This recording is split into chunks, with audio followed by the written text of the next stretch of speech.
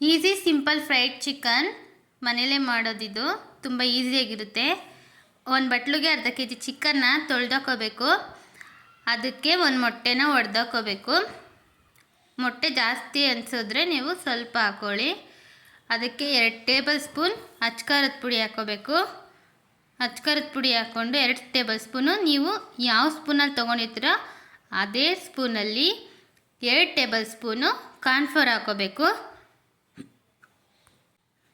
2 table spoon cornflour ಅಥವಾ ಮೈದಾ ಯಾವುದಾದ್ರೂ use ಮಾಡ್ಬೋದು. ಮತ್ತು ಮನೇಲೇ ಮಾಡಿ ಇಟ್ಕೊಂಡಿರೋಂತಹ ಮೆಣಸಿನ ಪುಡಿ ಹಾಕ್ಕೋಬೇಕು. ಇಲ್ಲಿ ಮನೇಲಿ ಮಾಡಿಕೊ ಮೆಣಸಿನ ಪುಡಿ ಆದರೂ ಯೂಸ್ ಮಾಡ್ಬೋದು ಅಥವಾ ಅಂಗಡಿದಾದರೂ ಯೂಸ್ ಮಾಡ್ಬೋದು. ನಿಮಗೆ ಅಂಗಡಿದು ಬೇಡ, ಆರ್ಟಿಫಿಷಿಯಲ್ ಅಂದರೆ ಮನೇಲೇ ಮಾಡಿರೋದು ಹಾಕೋಬೋದು. ಸ್ವಲ್ಪ ಗರಂ ಮಸಾಲ ಪುಡಿ ಹಾಕ್ಕೋಬೇಕು. ಅದೇ ಸ್ಪೂನಲ್ಲಿ ಅರ್ಧ ಸ್ಪೂನ್ ಹಾಕ್ಕೋಬೇಕು. ನಂತರ 2 tablespoon ginger garlic paste, 2 tablespoon soya sauce ಹಾಕಿ, ಮತ್ತು ಟೊಮೊಟೊ ಚಿಲ್ಲಿ ಸಾಸ್ ಕೂಡ 2 ಸ್ಪೂನ್ ಹಾಕ್ಕೊಂಡು ಚೆನ್ನಾಗಿ ಅದನ್ನು ರುಚಿಗೆ ತಕ್ಕಷ್ಟು ಉಪ್ಪು ಹಾಕೋದು ಮರಿಬೇಡಿ. ಅದನ್ನು ಹಾಕಿ ಚೆನ್ನಾಗಿ ಕಲಿಸ್ಕೋಬೇಕು.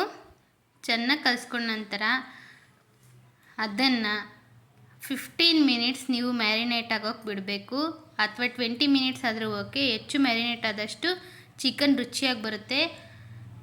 ಆದ ನಂತರ ಒಂದು ಬಟ್ಲಲ್ಲಿ ನೀರು ಹಾಗೆ ಕಾರ್ನ್ಫ್ಲೋರ್ ಈ ಥರ ಆಗಿದ್ದರೆ ಜ್ಯೂಸಿ ಥರ ಇದ್ದರೆ ನೀವು ನೀರು ತೊಗೋಬೇಡಿ. ಆಗಲೇ ಕಾರ್ನ್ಫ್ಲೋರಲ್ಲಿ ಅಜ್ಜಿ ಸೈಡಲ್ಲಿ ಇಟ್ಟಿರಿ.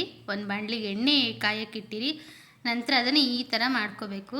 ಕಾರ್ನ್ಫ್ಲೋರಲ್ಲಿ ಅಜ್ಜಿ ಎಣ್ಣೆ ಕಾದ ನಂತರ ನೀವು ಅದನ್ನು ಎಣ್ಣೆಗೆ ಹಾಕಿ ಕರಿಬೇಕು.